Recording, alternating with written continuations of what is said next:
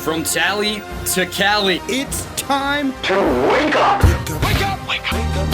WarChant.com is your ultimate Seminole sports source. And this is Wake Up Warchant, presented by Corner Pocket Bar and Grill. One ball, corner pocket. Now here's WarChant.com's Aslan Hutchavandi. And Corey Clark.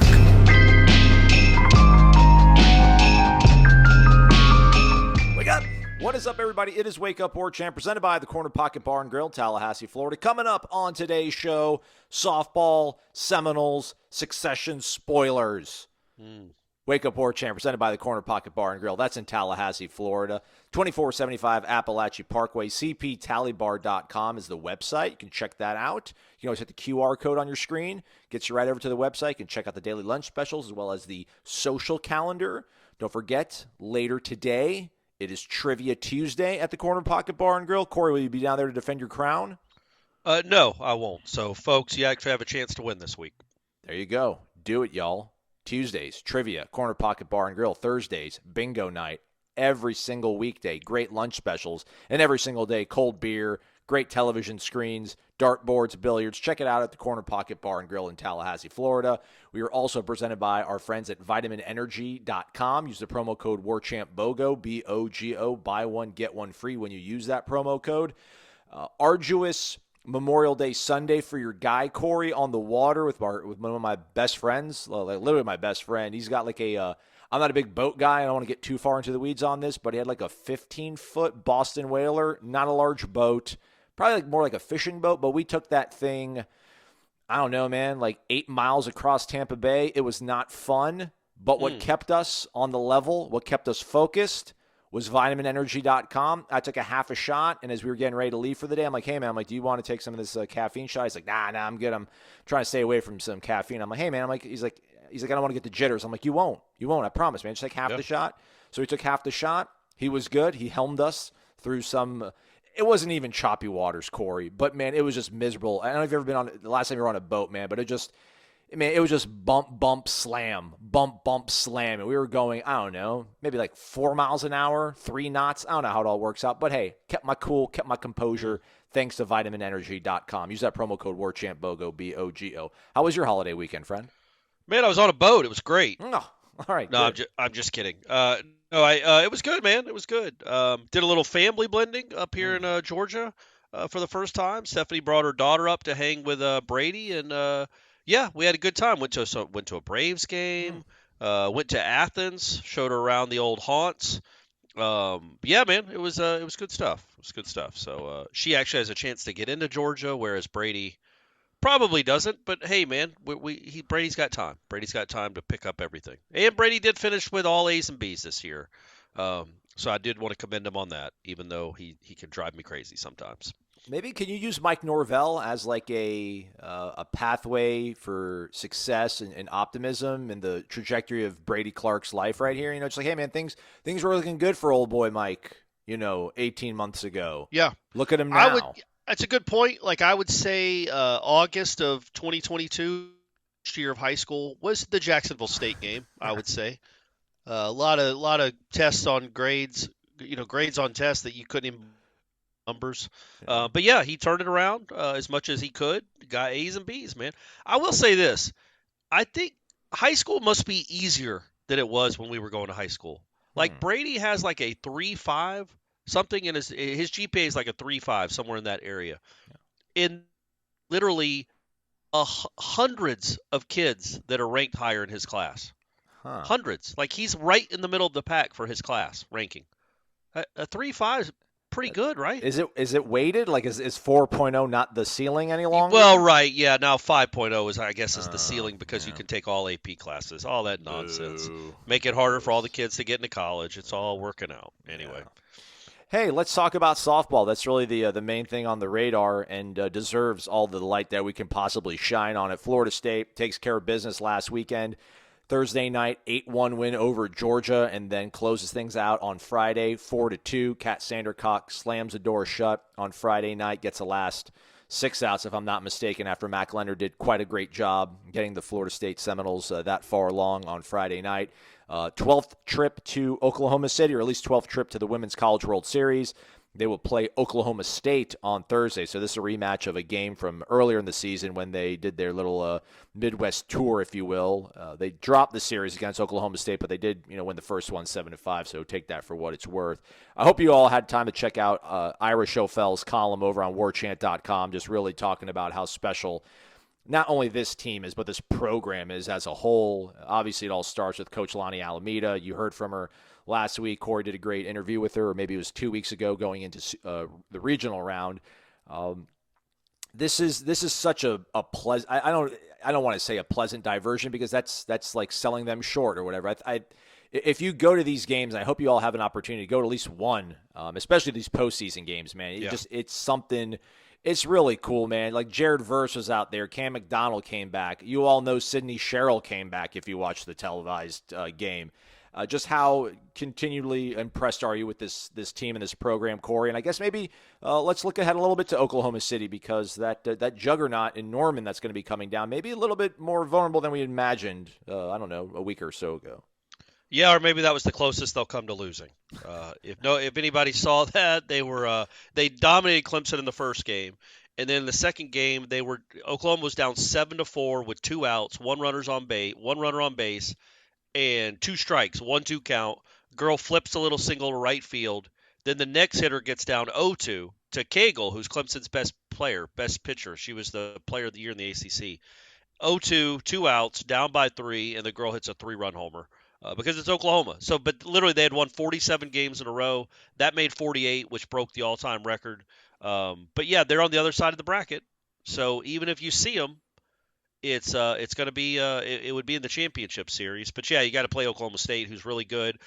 The problem there, it's not a problem, but the issue there, the concern there, just like it would have been if you're playing Oklahoma, is you're playing Oklahoma State in Oklahoma City.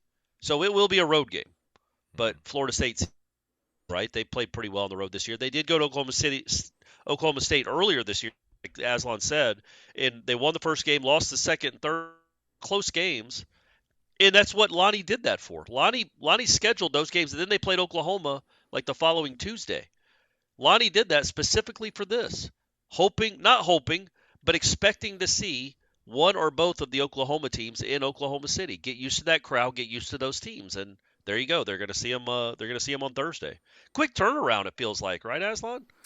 Well, play the first game's on Thursday. Yeah, well, they start. At least they start. Both these teams started on Thursday night as well, and they both got sweeps. Yeah. So I think Oklahoma State took care of Oregon. So how cool was it though to see? I guess Florida State maybe they grinded things out. I guess you might want to characterize that on Friday, but Thursday they kind of took care of business. They fell down early. That solo home run, I think maybe in the third inning, but then they kind of come back and respond. They roar back because the whole, I don't want to say narrative because I don't think, people were trying to create any kind of drama or anything, but it was, you saw the numbers, right? Like you saw how well Georgia hit the thing. And then it seemed to be like, can Florida State's defense, calm down this really explosive offense? And that wasn't Georgia just, I don't want to say they got outclassed, but I feel like they kind of did get outclassed. And we heard in the lead up to it just about, Georgia giving all the respect to Florida State, but also, hey, we play in the SEC. Like we see good teams all the time. We're not intimidated. And, things clearly didn't go according to plan for the Bulldogs, but I thought it was good to at least see them maybe grind one out and also kind of get the bats going in one of these games so that you feel pretty good about where you're at going into Oklahoma City. Yeah, I agree. I thought the bats were fine. This is not an overpowering juggernaut offensive team, but and they have very, very good pitching. And man, I think they give up 3 runs in 2 games. Yep. So one of the best offenses in the United States. Again, that bodes well when you're going to Oklahoma City because you're going to face some really good offenses. You're not going to face many offenses better than what you just faced, though, and you kind of shut them down. They hit 1 home run, right? Yeah. A team that was top 5 in the nation in home runs, I think number 2 in the nation behind Oklahoma in slugging percentage, and you held them to 1 home run and 2 extra base hits. That's really impressive. So, yeah, I thought Florida State played really well. I thought the defense was good. I thought, honestly, the one little rally that Georgia had in the second game, I think they gave the error to Kaylee Harding, but, that's a throw that needs to be caught by your first baseman. And if that play is made, Georgia would have scored 0 runs, 1 run maybe in the second game. So, man, and you're right. The Iris column really kind of hits the nail on the head. I'm not sitting here saying you guys need to go buy season tickets for softball. Go for it if you want. If you're excited about it, you have kids that love watching them play, go do it. They're going to be really good again next year. They lose some key pieces like Sandercock, of course, and Muffley, but most of that lineup comes back intact. And they have the second or third best recruiting class in the country coming in. So they're going to be good again, and they're going to be good for the foreseeable future. But, man, it is really an experience. It's always a cool experience. But for these big games at night, it's a different feel, man. It kind of this might be blasphemy to some people. It's like a mini Hauser when Hauser was great. It's just an electricity that's not normal. And I just think that it's really, and look, the baseball program is down right now. The softball team is number 2, probably the third best program in the country. So it's easy to say this, but the energy, the atmosphere around it really does kind of feel like, the last time I remember Hauser being absolutely critical was like the Stanford series in 12. I think it was 2012 when Mark Appel was the number 1 pitcher, but they having finals and they weren't able to really focus on whatever the reason was for them getting swept, but and him getting hammered. But that place was incredible. That was an incredible atmosphere that you could tell Appel was not ready for and Stanford was not ready for. I feel like Graf does that. I'm going to start calling it the Graf. We call it Hauser. Right. Let's start calling it Graf. Absolutely. I think Graf does that to opposing teams, especially night games, big games. I think you look at that and it's just a different feel, man. And it's really cool to watch. I'm really excited too that it got shown on national TV, what that atmosphere is like. So thank you to the Nuggets for sweeping the Lakers, and they had a Friday night free where they could put softball on regular ESPN basketball. Yeah, a little too soon. Yeah, my great sorrow is going to be the fact that, like, I wish I would have been around the program more to realize the greatness of, like, Catherine Sandercock's father, because that's what, like, gets me was going to these games the last few times was, like, seeing the section that's pretty much all the dads just hanging out. And, dude, her dad is just – like if Brady ends up, fulfilling his athletic potential here and becoming the starting quarterback at Florida State in 4 years or whatever, like it would be you on. I mean, just an absolute like nervous ball of energy, like pacing, secluding himself from the rest of the group for pitches on end, and then going back into the mix and just like seeing the relief on him. And I asked her, I'm like, that's your dad? And I explained with the way he looks. Like, yeah, that's him. He's like. Because she's like, yeah, he's so nervous. She's like, but he's just so proud of me, and I love him so much. I'm like, yeah. I'm like, it's amazing. Like, you obviously can tell how much he loves you, and you can tell how much this city and these fans love this program too. Because as you said, the way they showed up at the Graph here the last few days to put the screws to Georgia. So again, they start us off in Oklahoma City, taking on Oklahoma State in the Women's College World Series. Again, 12th visit for the Noles, 7 p.m. ESPN. Do check it out. And you know what's cool about it too? Well, it's not cool actually. It's kind of something that bums me out in a way. But like this is the pinnacle of the sport. You know what I mean? Like Catherine Sandercock will go pitch professionally somewhere, I guess. But that's not a career, and she's not going to make a lot of money from it. Just not how the world works. Professional softball isn't something you go make a lot of money for. It's nothing. It's never on TV. There aren't millions of people watching it. At the College World Series, there will be millions of people watching those games. This is the pinnacle. So there are real nerves. Like I know there are nerves. Like when like Mark was probably nervous when he was pitching at Hauser in Game 1 of the Supers, but was he? He was just drafted number 1 overall. You know what I mean? He was right there on the mound. Like this is it as far as the pinnacle of the sport and reaching the reach. That's why Jesse Warren's play in whatever that was, 18. That was 5 years ago. That's still an all-time play from an all-time great player, and it was a bummer that it wasn't like it was like the culmination of a great career, softball career, not the beginning of one.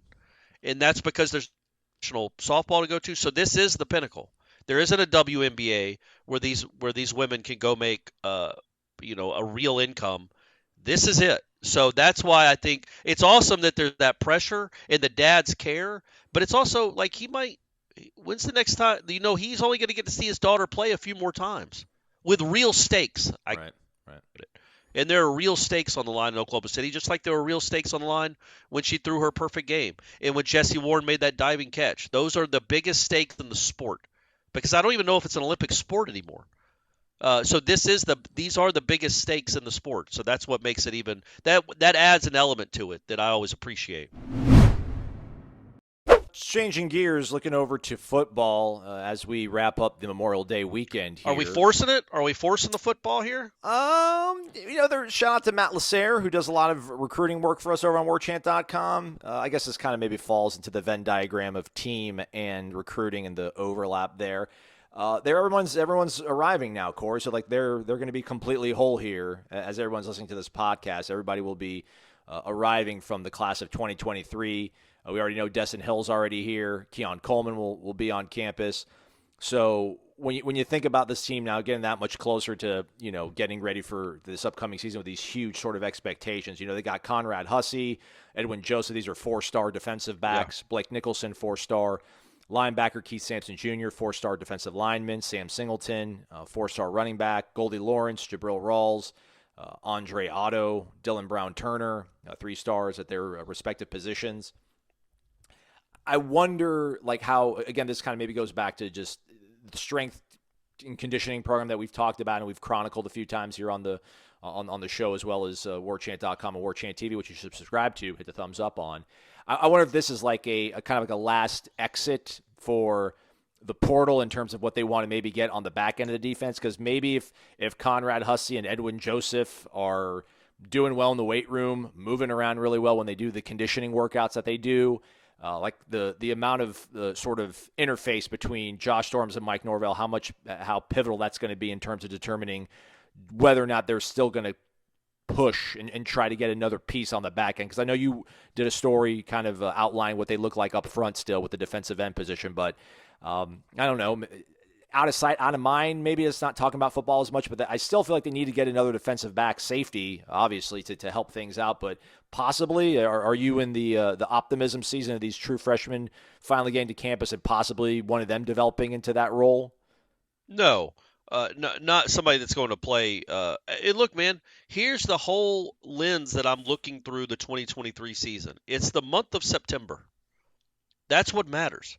Your 2 biggest games are in September, and I would not expect any true freshman to be somebody I'm depending on, especially 2 that are getting here in August, like their first real college football practices are in August, to be helping you against LSU.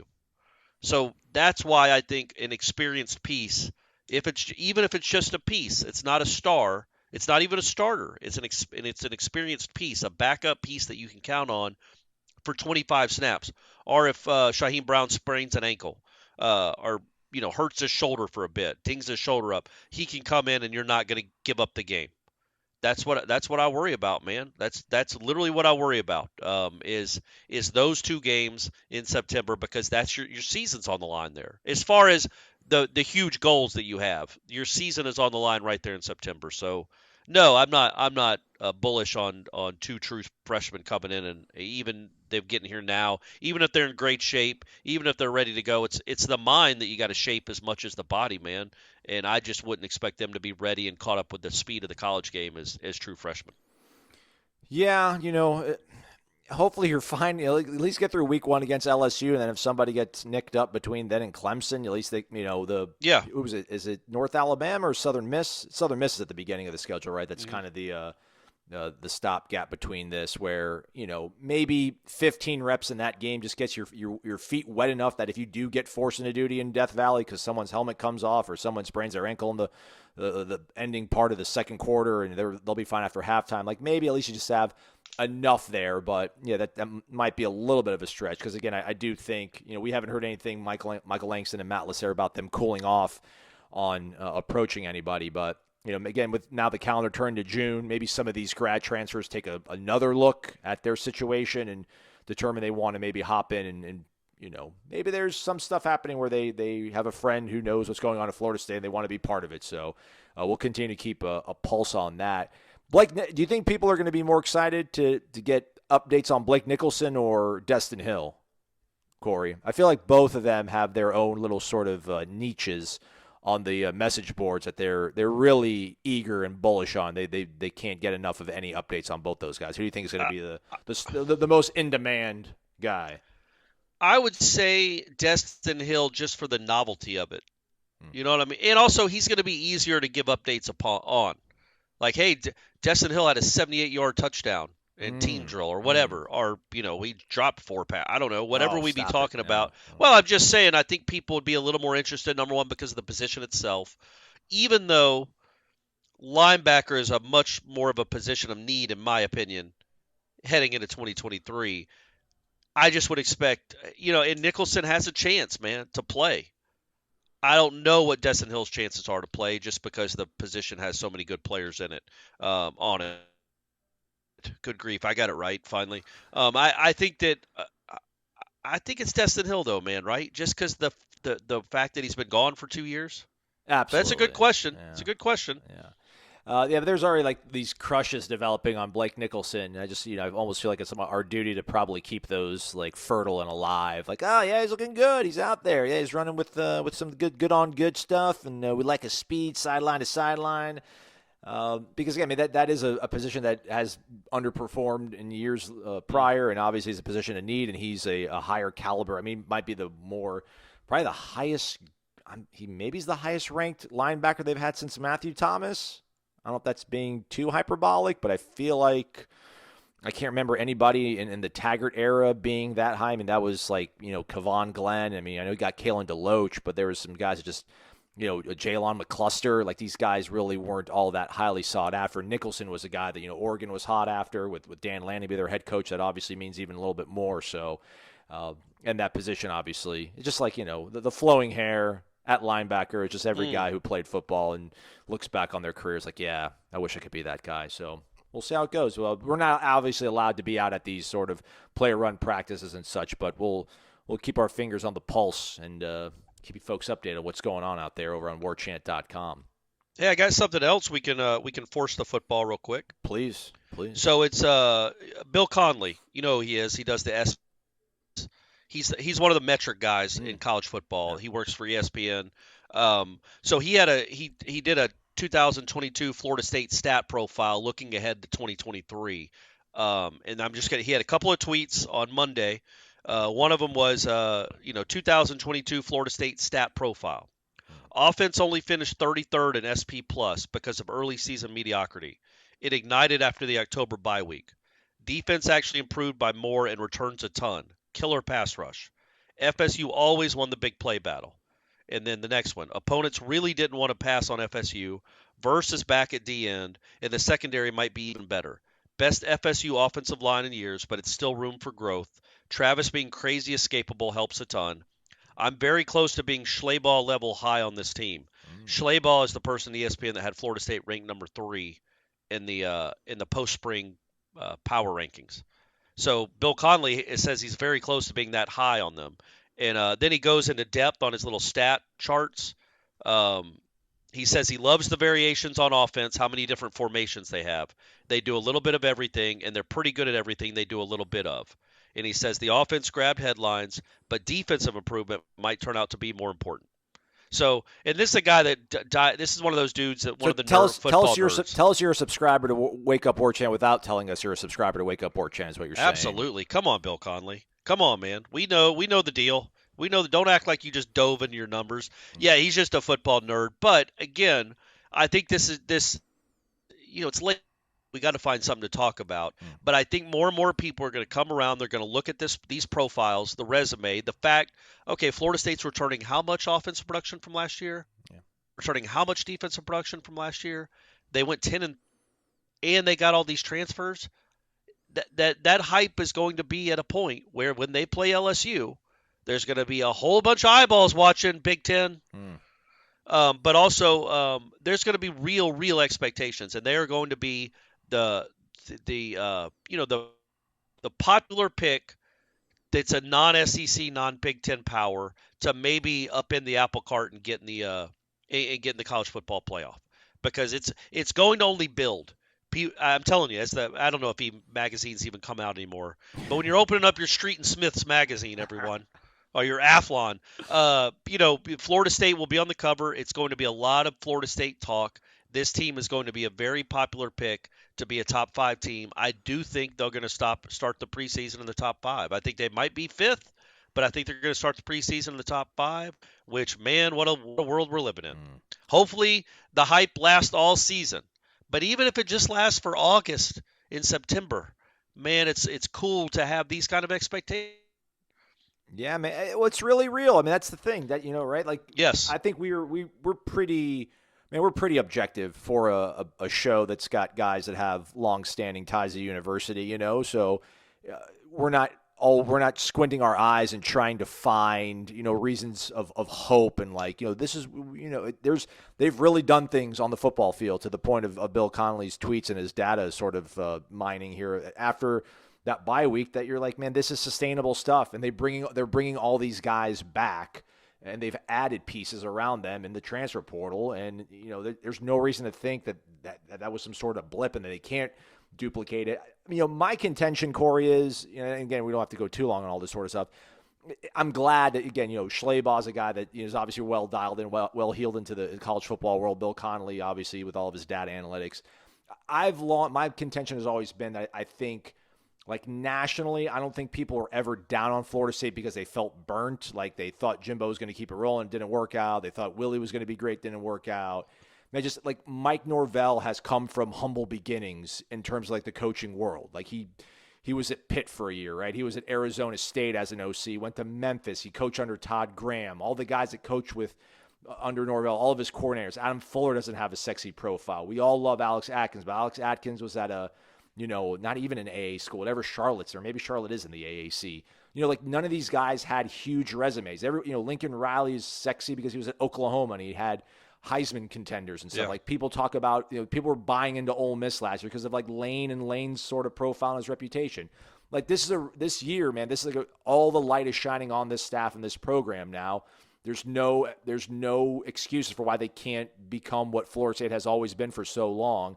And I think this is going to really go a long way into propelling, the sustainability of Norvell and what he's created here. And then also, give more cachet to guys like Alex Atkins and Adam Fuller and maybe some of these other assistants that will start getting tweeted by Bruce Feldman, hey, really impressive win there by Florida State and what they've done there in the secondary. Patrick Surtan's a guy that a lot of coaches, those tweets that you always see from Bruce Feldman in the middle of October and stuff. I just think that stuff's going to start rolling Florida State's way, and it hadn't been there previously. Well, and you also don't realize how much, when you're a Florida State fan and you've grown up with the program and you lived through the dynasty and literally being the winningest program in the country for 4 decades, you don't really appreciate preseason expectations because it just comes with the territory. You're used to them. It's no big deal. But when they go away for 5 years and all of a sudden people are making fun of your program, it's become a joke. It's become a punchline. And trust me, folks, the end of Willie, the beginning of Norvell, it was a punchline. Jacksonville State was a punch. I mean, that's as low as it can get. And I'm talking about the game itself, the fact that you had a player proposing on the field after the game, the fact that Twitter mocked that, all of that felt like, man, what has happened to this program? What has happened? And then what are we, Aslan? We're less than 2 years later? Yeah. You have a preseason top 5 team, and people are talking about your team as a potential outside chance at a national championship, maybe an inside shot at a playoff. That's how far you've come. Enjoy this. Don't be worried about it. Yes. Don't be worried about losing a game here or there and, we didn't live up to the expectations. Appreciate that you have expectations again, man. Your own, but outside people are looking at Florida State again, finally, and being like, yeah, man, they're good. They could be really good. Because you don't realize how much you miss something sometimes until it's gone. And you're finally not going into a year hoping for a winning season or a bowl. Or maybe if everything goes right, you can get to 8 or 9 wins. No, man, you're going into a season where Florida State should always be going into a season with championship expectations. And that's really cool that that's happened, because I'll be honest with you, that night interviewing Norvell over Zoom after his team gave up a last-second 50-yard bomb to a bad FCS team, I didn't think we'd be here for a long, long time. Yeah. And here we are less than 2 years later. So I'm enjoying it, Aslan, just like I'm enjoying Memorial Day weekend. There we go. Well punctuated. We'll try to get some interviews maybe once a week here moving forward as we really enter the offseason. I think we're trying to get Link Jarrett maybe on the show here later this week. We'll do mailbag. Maybe we'll break it out twice a week if we need to. But do subscribe to the podcast so that you know what's going on, and then hit the thumbs up and, check out YouTube and all that stuff. Bet anything, anytime, anywhere over at mybookie.ag. And when you sign up for the first time and use the promo code WARCHANT, mybookie.ag will give you an instant cash deposit bonus, giving you more dollars to play with over at mybookie.ag. We're focusing on college football, everybody. It's what we do here on the program. Program like that. Jordan Travis, Heisman Trophy odds, plus 1250. If you were to put $50 down on that, let's say, you would collect $625 American dollars upon his victory in New York City. How about the football team itself? We're not into individual awards. We're not about the I. We're about the we. Florida State plus 2,100. These are 21-1 odds on the Noles to win it all. Put $50 on that, you'd win $1,050. So split up your 100, 50 on Jordan, 50 on the team overall. You would win $1,675. Not a bad day at the office, some might say. But you got to get to mybookie.ag. Use that promo code WARCHANT to maximize your leverage when you're betting anything, anytime, anywhere. Also, check out the casino. mybookie.ag. Corey, do you want to talk at all about Succession? We haven't spoke about Succession at all. I didn't even really know that you were as into it as I am. As a few weeks ago, we were scheduling our Monday podcast, recording on a Sunday, and I was like, hey, man, it's Succession Sunday. I don't want to record too late to showtime. You're like, dude, tell me about it. I know. So maybe let's go ahead. This is the warning, everybody. We kind of spoke for 10 seconds. I stalled there a little bit longer, but if you want to go ahead and hit pause, or actually you can hit stop now. We won't talk about anything else that's Florida State related after this. I don't know, man. I think it's the best show in the last. I mean, I don't know. Like, I love The Wire. I love The Sopranos. It's up there. I don't maybe want to do a power ranking thing. It's up there, man. And I love the fact that it was like only 4 seasons. Felt like maybe they were going to wrap this up too quickly, but I'm of the belief of like wrap it up quicker rather than stringing it out for too long. So here we go. We're going to dive in maybe to the series finale that happened on Sunday. Which, first of all, I didn't like the fact that they actually went ahead and aired it on Memorial Day Sunday. Like, I feel like they avoid running new episodes if it's Easter Sunday, but I digress.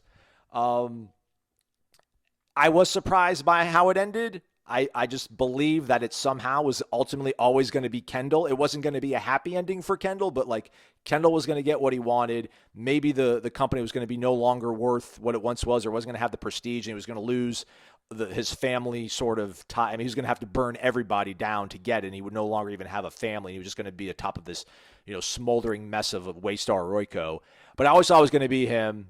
It wasn't him. Did you think it was going to be Kendall going to the last episode? Thoughts on Tom, our guy Tom, winning out? No, I honestly thought it would play out something like that. I didn't think it would be one of the 3 kids, because how do you pick one of the 3? They're all idiots in their own way. But it's Succession, though, Corey. That's six. No, I know, but I didn't think how it would play out where one of the 3 would end up winning. And now it worked out the way it did in the finale. You're like, well, that kind of makes sense. But I just had this feeling when they agreed that it was going to be Kendall, and there was still 20-something minutes left in the show. I'm like, all right, it ain't going to be Kendall. Something's going to happen. Yeah. And so I liked the way it ended. I think that's kind of, because they're all despicable. The whole show is despicable. And not like it's a great show, and I think it's very true to form. It's true to how the powerful elite live, but it's just none of them are likable. Like, you find rooting for Shiv, and then you're like, well, no, she sold out her husband.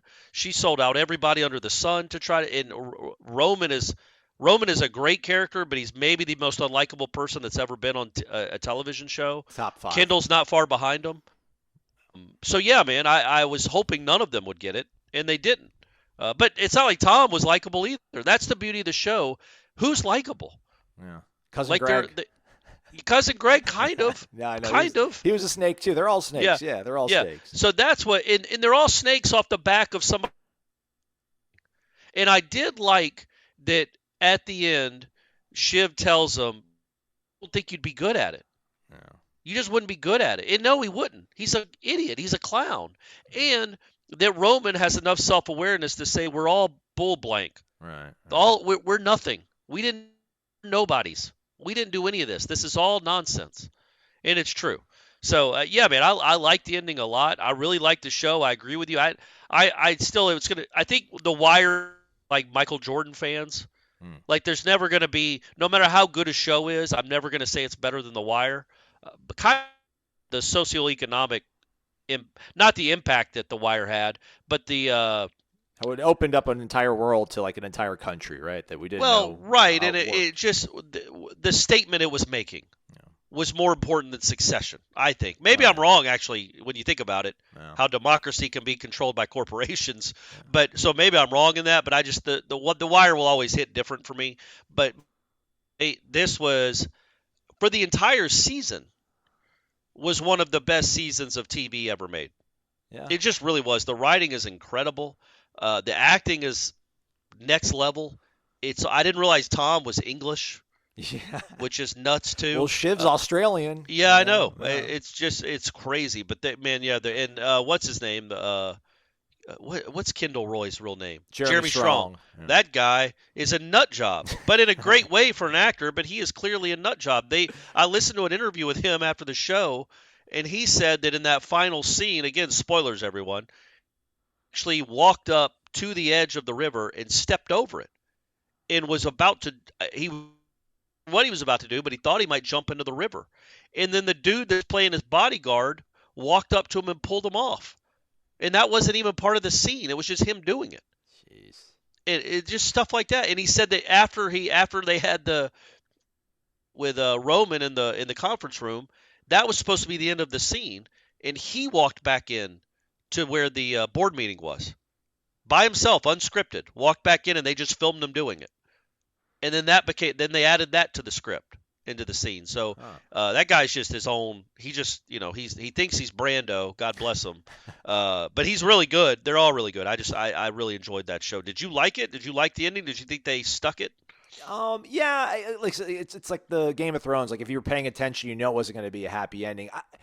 It makes sense that it was Shiv and it's Shiv and Tom, because we find out that apparently Kendall's kids are maybe not biologically his. So if we're talking about succession in terms of this, the CEO now is the husband of Shiv Roy. Shiv Roy's pregnant with a kid who's going to probably be the heir to Waystar Royco. So it almost does work out to be like a true clean succession.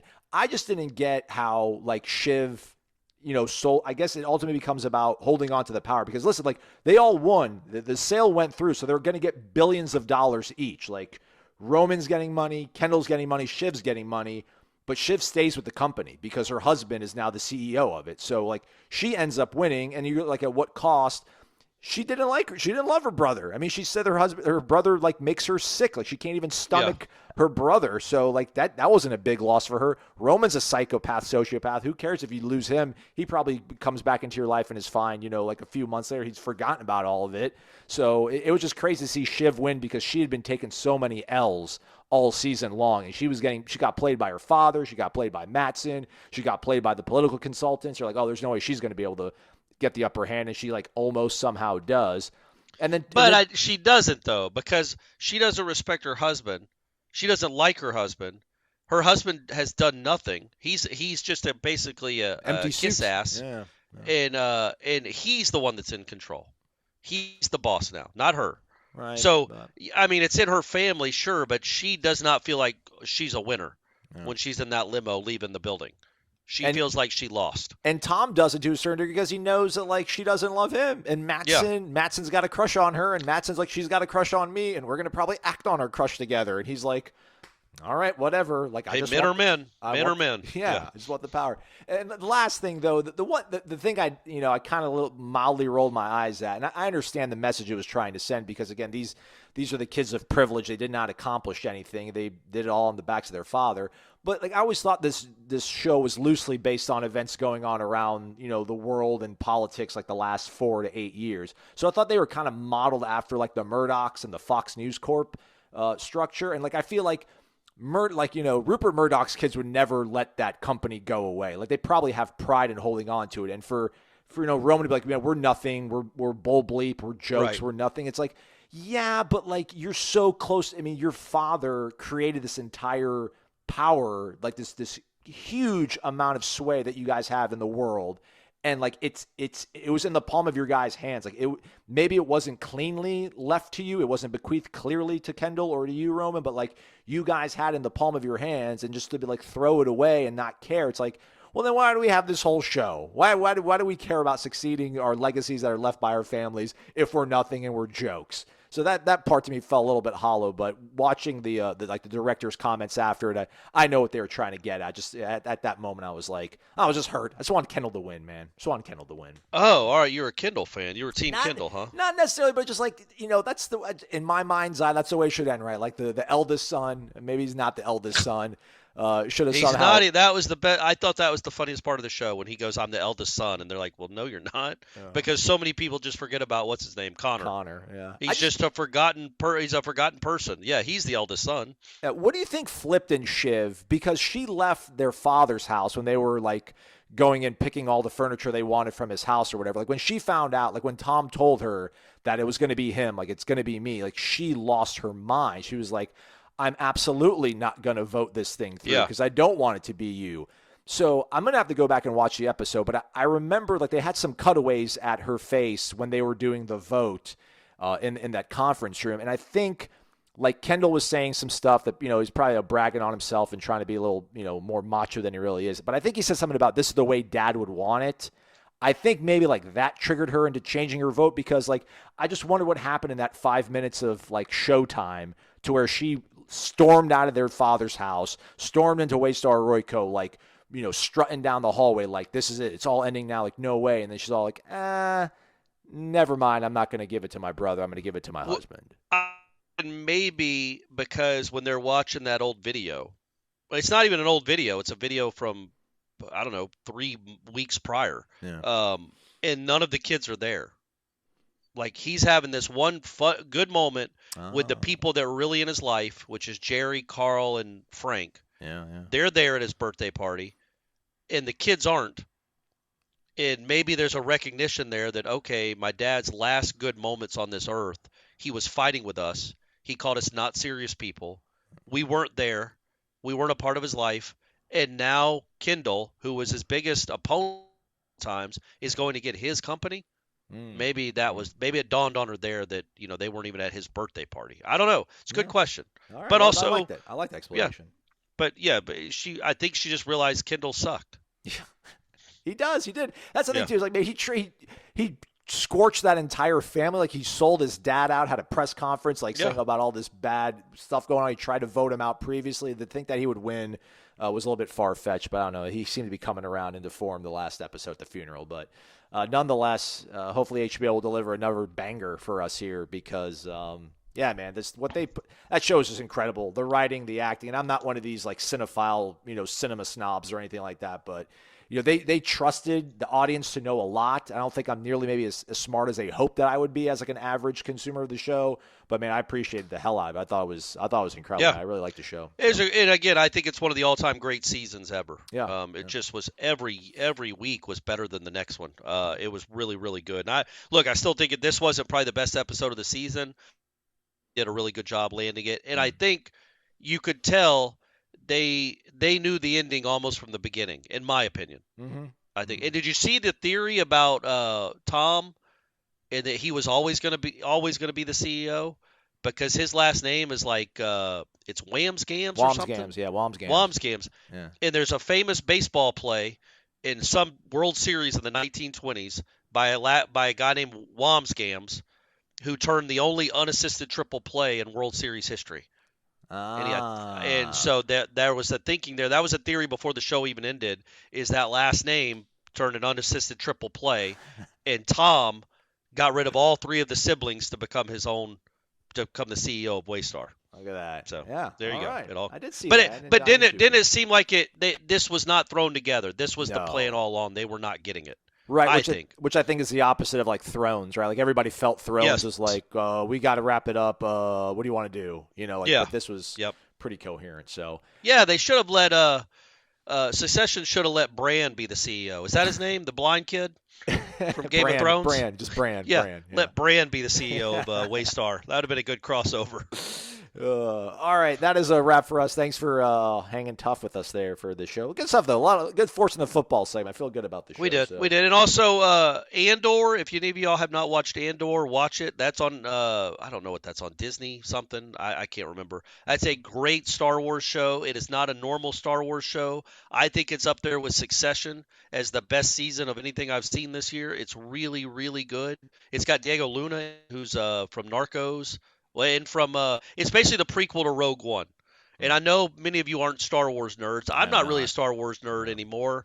It doesn't really have much to do with the Star Wars universe. It's like 3 movies set as a series. It's written by the guy and the showrunner is the guy that wrote Michael Clayton and the Bourne movies. And we all know that Corey loves some Michael Clayton. Michael Clayton is awesome. It is an adult version of Star Wars. Go watch that if you're looking for something to watch this summer. I think it's awesome. And then also The Wire if you've never seen it. Go do it. All right, that's a wrap for us. Stay connected to warchant.com, the ultimate Seminoles sports source. Hit the thumbs up, leave a 5-star rating and review, and we'll talk to you folks later this week. Jeff Cameron Show, 1 to 3 o'clock, 93.3 FM, as well as YouTube, our Warchant TV channel. Check it on out. He's Corey Maslon. Thanks for listening to Wake Up Warchant, presented by the Corner Pocket Bar and Grill.